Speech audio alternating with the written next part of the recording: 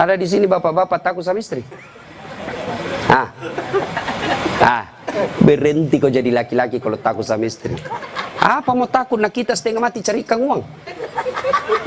Saya seriusin Pak Menteri. Coba lihat Pak. Dari pagi kita keluar mikir untuk istri. Supaya dia bisa beli emas. Supaya dia bisa pakai kudung yang bagus. Supaya dia bisa pakai tas yang mewah. Supaya dia bisa pakai sepatu yang up to date. Semua kita pikir itu. Mana pernah istri kita mikirkan kita bagaimana supaya kita pakai berlian? Tidak pernah. Kita pikir itu Pak. Bukan cuma di dunia, sampai di akhirat. Makanya tidak masuk akal saya kalau ada suami takut sama istrinya. Mana mau takut? Semua kita tanggung dunia akhirat. Ya, di dunia kita tanggung AC-nya. Di dunia kita tanggung cicilan mobil. Di akhirat kita tanggung lagi dosa istri. Lalu dia kasih takut-takut kita. Pret! Satu kisah. Rasulullah ke suatu tempat. Dalam perjalanan ke tempat tersebut, Nabi melewati pemakaman. Nabi lalu bersabda, langkahkan kakimu dengan cepat ketika lewat pemakaman. Seluruh sahabat mempercepat langkahnya. Sampai Nabi di tujuan. Selesai urusan, balik lagi dengan rute yang sama. Lewat di pemakaman, seluruh sahabat melangkahkan kaki dengan cepat. Karena tadi diperintah cepat, tanpa perintah Nabi, percepat langkah. Nabi katakan, tidak usah, kau santai aja jalan. Ya Rasulullah, tadi pergi disuruh cepat, sekarang kau tidak. Kata Nabi, tadi itu, andai kau diberi telinga seperti pendengaranku. Tadi itu waktu pergi disiksa orang dalam kubur. Saya tidak mau lama-lama mendengarnya, tidak tega saya mendengar dia disiksa, maka saya mau jauh supaya saya tidak dengar. Waktu pulang tidak lagi. Kenapa?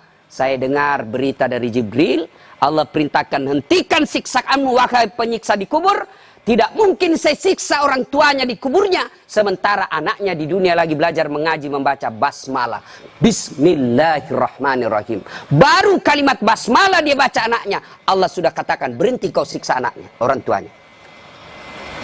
Nabi tidak mengatakan, saya dengar anaknya kursus bahasa Inggris, anaknya kursus aritmatika, anaknya kursus komputer. Tidak, tapi apa? Quran. Maka didik anak kita Quran. Ya Pak ya?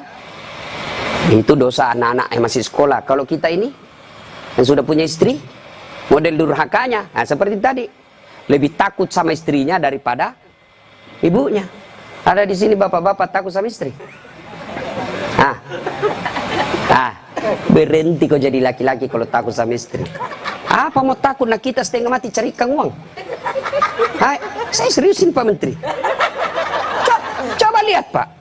Dari pagi kita keluar mikir untuk istri. Supaya dia bisa beli emas. Supaya dia bisa pakai kudung yang bagus. Supaya dia bisa pakai tas yang mewah. Supaya dia bisa pakai sepatu yang up to date. Semua kita pikir itu. Mana pernah istri kita mikirkan kita bagaimana supaya kita pakai berlian? Tidak pernah. Kita pikir itu Pak. Bukan cuma di dunia, sampai di akhirat. Makanya tidak masuk akal saya kalau ada suami takut sama istrinya. Mana mau takut? Semua kita tanggung dunia akhirat. Ya, di dunia kita tanggung AC-nya. Di dunia kita tanggung cicilan mobil. Di akhirat kita tanggung lagi dosa istri. Lalu dia kasih takut-takut kita. Pret! Bagaimana ceritanya? Lain kalau dia kasih kita modal 10 miliar. Kau sudahlah, kau duduk saja. Kita takutlah nanti habis modal. Tapi kalau kita juga yang cari uang, lalu kita takut sama istri, tidak masuk akal saya. Ya nggak Ustaz, dia pecahkan piring. Kalau dia pecahkan satu, kasih pecah satu lusin. Kenapa? Piring boleh dibeli. Harga diri sebagai suami tidak boleh diinjak-injak istri. Takbir. Yang takbir pasti takut sama istrinya. Coba. Itu kan ada laki-laki dosa sama mertua, sama ibunya gara-gara takut sama istri. Contoh ya. Nih dapat bonus di kantor. Lalu suaminya berkata, "Ma, ini kan COVID lama kita tidak kunjungi bapak di kampung. Kita kunjung tentu bawa wabah buat ibu bapak kita. Sudahlah, ini bonus kita transfer aja. Mudah-mudahan ini bisa digunakan ibu beli makanan kesukaan. Dia menikmati air usia senja." Apa kata istrinya? Apa? Ibumu terus. Kawin kok sama ibumu? Dongok. Mana orang bisa kawin sama ibu? Ada kan ibu ngomong begitu beleng-beleng. Ini asli beleng-beleng. Mana bisa pilih kok mamamu atau saya? Mana bisa dipilih antara ibu dengan istri? Ini pilihan yang tidak masuk di akal. Kalau istri saya bilang begitu, ceraikan saya. Sini kok, saya ajar kok bagaimana isi formulir perceraian. Benar Pak, jangan sampai Bapak berdosa gara-gara takut sama istri. Hilang berkah hidup rumah tangga kalau ibu takut sama istri, berbuat baik sama orang tua gara-gara takut sama istri. Mestinya istri yang baik, dia sujud syukur ketika mertua anaknya. Kenapa? Berdoa, ya Allah, mudah-mudahan anakku juga seperti ini ketika saya sudah punya istri, masih mengingat saya. Tapi kalau dari kecil anak kita dipertontonkan tidak boleh berbuat baik sama mertua, maka begitu ibu nanti juga tua, dikasih masuk panti jompo sama anak mantunya. Si mau kok. Dari ibu ya. Mestinya sujud syukur. Alhamdulillah saya punya suami perhatian betul sama mertua. Mudah-mudahan anak saya juga seperti ini. Ya Allah, terima kasih kau kirim orang tua ini. Gara-gara ini orang tua saya punya suami jadi menteri. Andai saja bukan suami ini, orang tua ini punya anak, mungkin suami saya pengangguran. Bersyukur dengan cara apa? Jangan halangi. Dan kita juga suami jangan bersebelah. Mertua juga kita adalah orang tua kita. Konsep Islam itu ada 3 orang tua. 1 ibu bapak, 2 mertua, 3 orang yang pernah mengajari ilmu. Itu orang tua kita. Maka yang baik, datang ibunya suami, istri yang kasih hadiah. Datang orang tuanya istri, suami yang kasih hadiah. Malah jangan sembunyi-sembunyi. Karena takut sama istri, masuk di dapur mamanya, mak, jangan dilihat istri saya, mati saya. Beleng-beleng. Ya? Takbir. Jangan sampai bapak menjadi anak durhaka hanya karena takut kepada istri. Itu camkan itu Pak. Maka saya bilang sama istri saya, boleh kau marah-marah sama saya. Ada rezeki dari saya, kau habisi duit, itu rezekimu. Boleh kau maki-maki saya kalau kau marah. Boleh kau lempar kepalaku, yang penting tidak dikena. Satu yang tidak boleh saya dengar, jangan pernah kau sakiti perasaan ibu saya. Begitu sakit perasaan ibu saya, tidak ada mantan orang tua. Tapi istri, banyak namanya mantan istri. Nah itu harus tegas, ini prinsip buat kita anak. Nah ini golongan pertama yang menderita ketika sakaratil maut, anak yang durhaka kepada orang tuanya. Bagaimana dengan almarhum anak Pak Tony? Atau kita yang sudah meninggal orang tuanya? Ustadz, saya dulu anak durhaka Ustadz. Berapa sering saya kasih keluar air mata ibu saya Ustadz. Tapi saya sudah sadar, saya sudah hijrah sekarang. Tapi orang tua saya sudah ada kubur. Gimana cara berbuat baiknya? 1, doakan. Mendoakan orang tua tidak harus pakai bahasa Arab. Mendoakan orang tua bagi yang menikah, ada 4 minimal kita minta.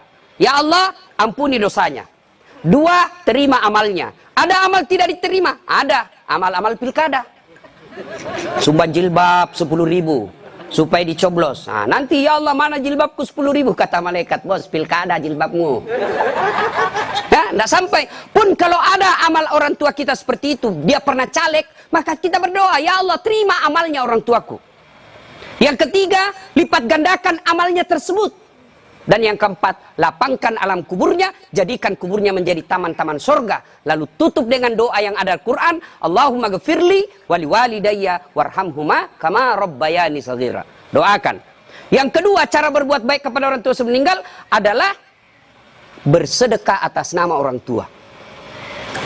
Saudara-saudara sekalian, saya sebagai anak pertama, ini memang ada hak waris kita. Rumah ini kita 4 bersaudara, kita punya hak waris. Tapi inilah peninggalan bapak yang beliau sejak jadi pegawai sampai pensiun mencicil rumah ini. Tidak elok rasanya begitu meninggal, beliau tidak menikmati rumah ini. Lebih baik rumah ini kita jual, kita belikan beliau, jadikan masjid. Nah, setengah dari ini warisan barulah kita bagi. Bagaimana adik-adik? Setuju? Setuju Kak. Nah, biasa kalau ada begini istri yang menghasut. Apa kek, kau kan anak pertama, masa kau mau diatur sama adikmu, dongo ini. Nah, itu biasa itu begitu. Jadi penghasut. Nah, bersedekah atas nama orang tua. Ada lagi yang berkata tidak sampai kalau sudah meninggal Ustadz. Mau bukti bahwa sedekah kepada orang meninggal sampai? Mau bukti? Mau Pak? Mau, saya kasih bukti. Gimana caranya? Bapak meninggal dulu, saya kirimkan sedekah. Sebab yang begini alam gaib Pak, tidak bisa diakali. Kalau bapak tidak percaya sudah mati duluan deh, saya kirim Fatihah dengan binatang kurban. Yang ketiga, cara berbuat baik kepada orang tua sudah meninggal adalah mengunjungi karib kerabatnya. Besok lusa anaknya almarhum ya masih hidup, teman-temannya bapak ketika sudah usur, anaknya sudah menjadi pembesar, maka kunjungi karibnya.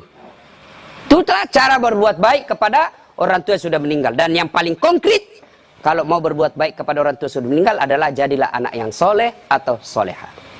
Nah ibu bapak saudara-saudara sekalian, nah ini yang perlu diluruskan. Orang datang melayat, satu, banyak nginjak-nginjak sunnah Nabi. Dua, tidak ada manfaat buat orang meninggal. Tiga, datang bawa dosa. Coba lihat prakteknya, saya lihat ini. Kenapa saya bilang datang bawa dosa? Datanglah ibu-ibu gaul, kudung hitam, baju hitam, rok hitam, kacamata hitam, payung hitam. Saya tanya, kenapa hitam-hitam? Dia bilang, Ustaz, selebriti. Tidak, sunnah itu putih-putih.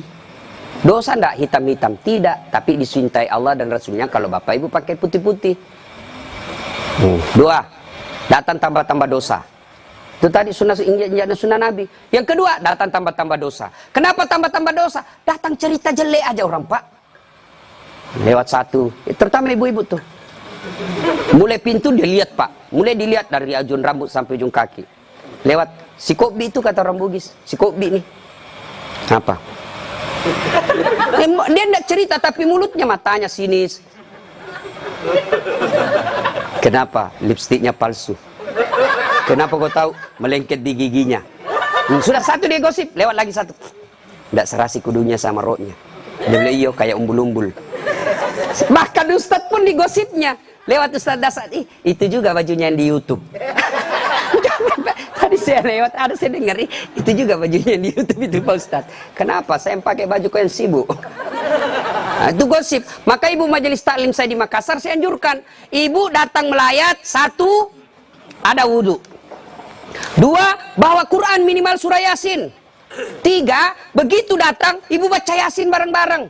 Tidak bisa baca Yasin bareng-bareng, itu majelis taklim yang baik. Ketua majelis taklimnya, saudara-saudara sekalian, mari kita baca Yasin bareng-bareng, saya pimpin. Itu majelis taklim yang manfaat. Bukan ngurus baju seragam. Apalagi memanfaatkan pilkada. Pak, anggota majelis taklim saya 300, Pak. Tapi aman, Pak. Tapi minta tolong seragam, Pak, ya. Ada juga majelis taklim memanfaatkan begitu proposal banyak ketika pilkada. Nah, maka majelis taklim yang bagus, ada orang wafat, pimpin tahlilan. Sudah itu, tidak bisa baca Yasin, Ustaz. Sudah, baca Al-Fatihah. Buru-buru, Ustaz. Sudah, baca Qul huwallah 3 kali. Masih juga buru-buru, Ustaz. Sudah tidak tahu baca itu semua, Ustaz. Sudah, baca saja. La ilaha illallah, la ilaha illallah, la ilaha. Itu aja kita ulang-ulang selama kita melayat. Itu pun tidak bisa, Ustaz. Ya sudah, kau diam saja. Tidak bisa juga diam, Ustaz. Cepat kau pulang. Daripada tinggal bawa dosa saja. Nah, sudah. Yang ketiga, kenapa tidak ada manfaat buat orang meninggal?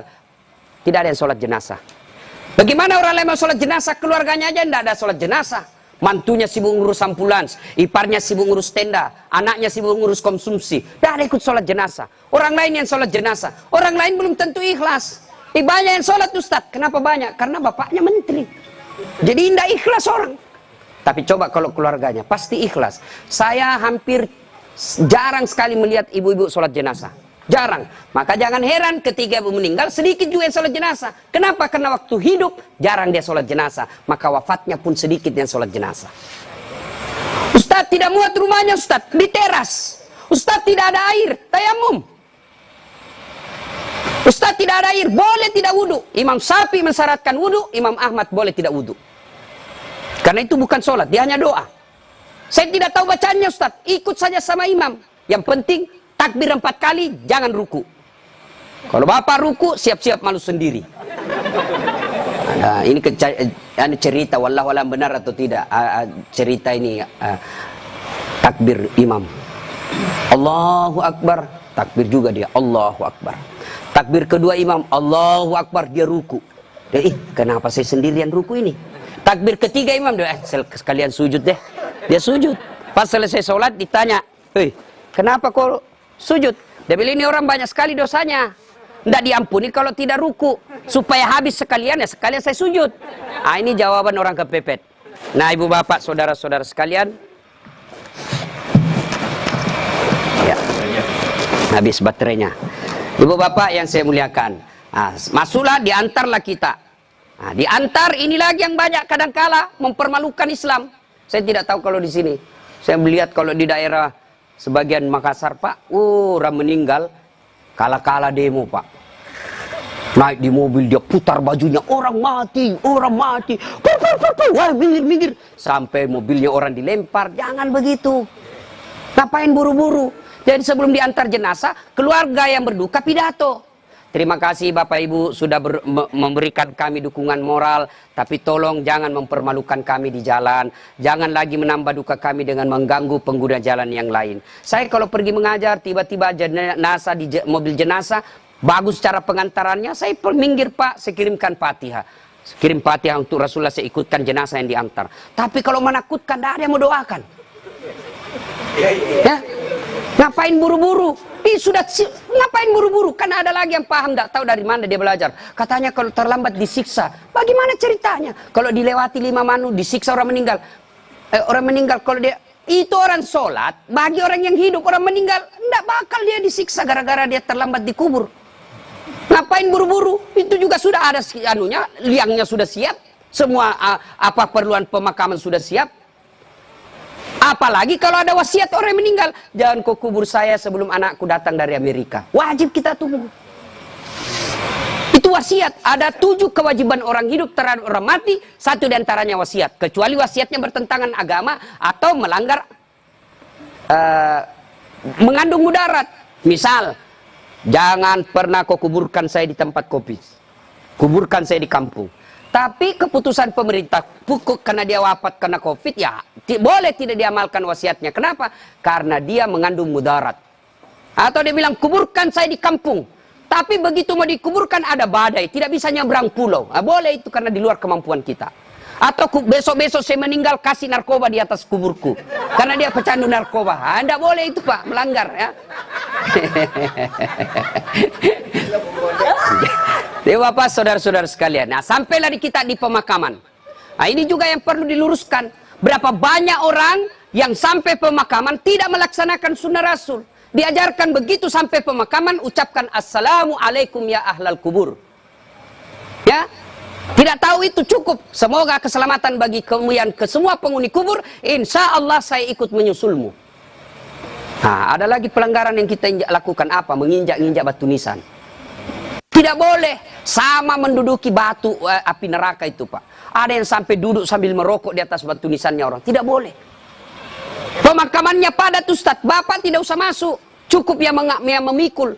Bagaimana yang memikul Ustaz? Boleh karena dia darurat. Karena kalau satu langkah jatuh Pak, jatuh jenazah.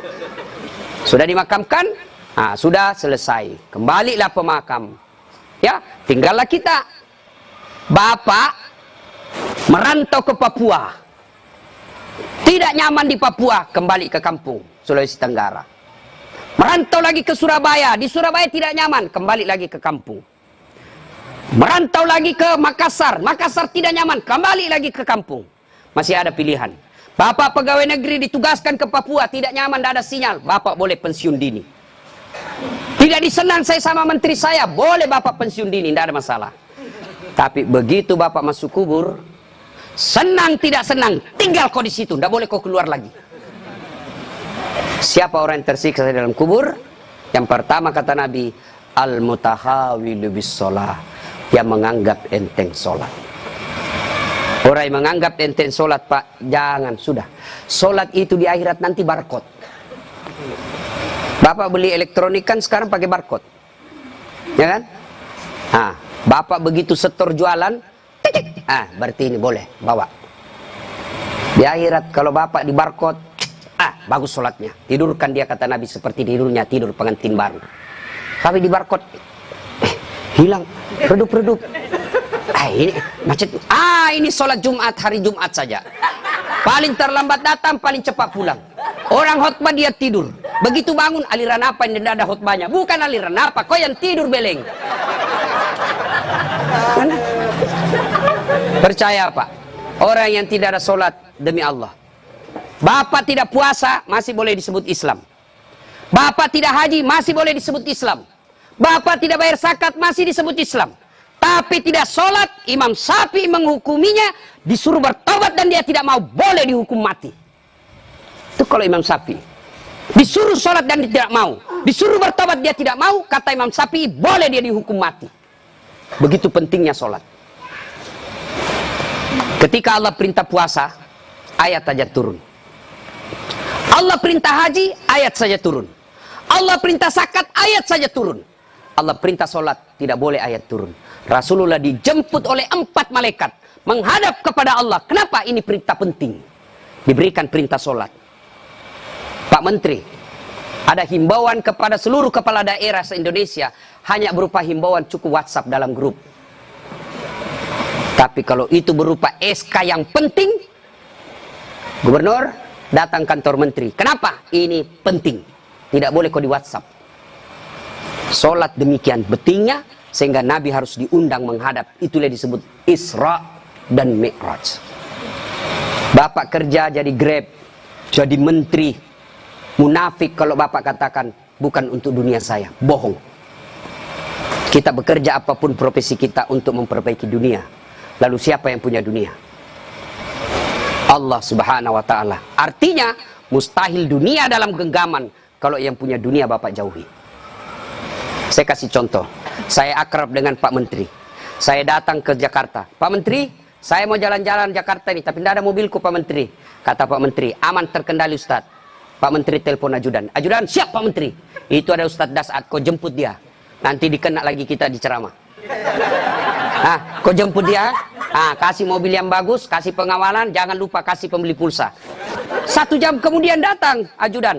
Tabe, Pak Ustaz, kiriman Pak Menteri. Aman, selesai masalah saya di Jakarta. Kenapa? Saya akrab sama Pak Menteri.